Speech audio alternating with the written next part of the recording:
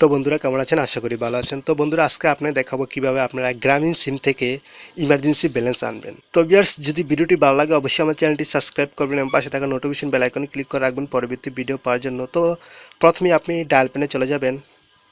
তো ভিউয়ার্স, যে আমি এখন যে কোডটি দেখাবো এই কোডটি 2 থেকে 3 বছর পরে নাও ব্যবহৃত হতে পারে, কোম্পানি কোডটি পরিবর্তন করতে পারে। সেজন্য আপনারা কি করবেন, সেজন্য প্রথমে আমি যে কোডটি এখন দেখাবো সেই কোডটি দিয়ে আপনারা ট্রাই করবেন। কোডটি দিয়ে যদি ট্রাই করে দেখেন যে ইমার্জেন্সি ব্যালেন্স আসছে না, তাহলে আপনারা আমি ভিডিও ডিসক্রিপশনে একটি কোড দিয়ে দিব, সেটি দিয়ে আপনারা ট্রাই করবেন। আশা করি তখন আপনারা ইমার্জেন্সি ব্যালেন্স আনতে পারবেন।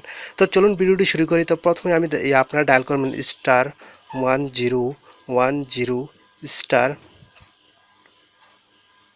*10101#। তো আপনার গ্রামীণ সিমে ডায়াল করবেন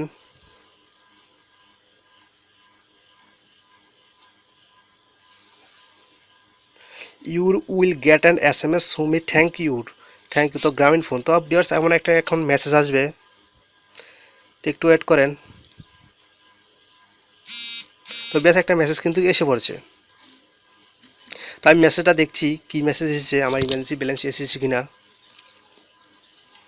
তো ভিউয়ার্স এখানে দেখতে your alert receive take 13 emergency balance take 13। তো ভিউয়ার্স দেখতেই পেলেন এখানে কিন্তু 13 টাকা আমি আমি ইমার্জেন্সি ব্যালেন্সটা আরও একবার আনছিলাম, সেটা আর ব্যবহার করি নাই। তো ভিউয়ার্স এটা আমি আবার ডায়াল করার কারণে এটা আমার দেখাচ্ছে যে অ্যালার্ট। তো আমি আপনাদের ব্যালেন্সটা দেখাচ্ছি এখন। *5566# যে গ্রামীণ সিমে ডায়াল করে দিলাম।